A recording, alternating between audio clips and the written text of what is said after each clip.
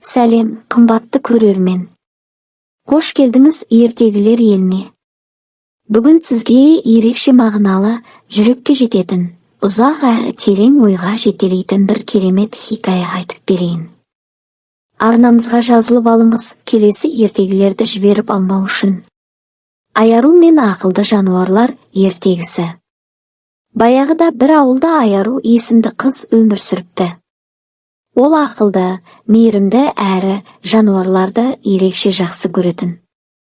Ауыл шетінде тұратын Аяру әр күнін жылқысына мінумен, сиырына шөп берумен және қойларын еркелетумен өткізетін.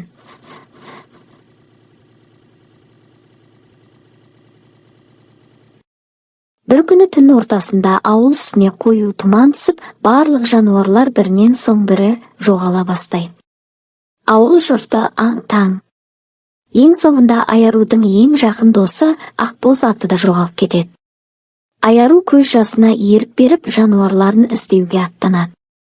Ол таудан асып, өзеннен өтіп, тұманда адаса жүріп, сиқырлы орманға тап болады. Орман іші мүлгіген тыныштыққа толы, ал бір ескі ағаш түбінде мысық, сиыр, қой, жылқы бәрі бір жерде тұтқында тұр екен. Жануарлар Аяруға тіл бітіріп: «Сен тек мейіріммен емес, сабырыңмен де бізді еркіндікке жеткізе аласың» дейді. Аяру сиқырды бұзу үшін сынақтан өтуі керек болады. Ол аштыққа, жалғыздыққа, үрейге қарсы тұрып, ақылы мен жүрек тазалығымен сынақтарды сәтті еңсереді. Соңында орман жарыққа толып, жануарлар босап шығады. Ауылына оралғанда елдің бәрі таң қалып, Аяруды батыр деп атап кетеді. Сол күннен бастап ауылда ешбір жануар жоғалмайтын болады.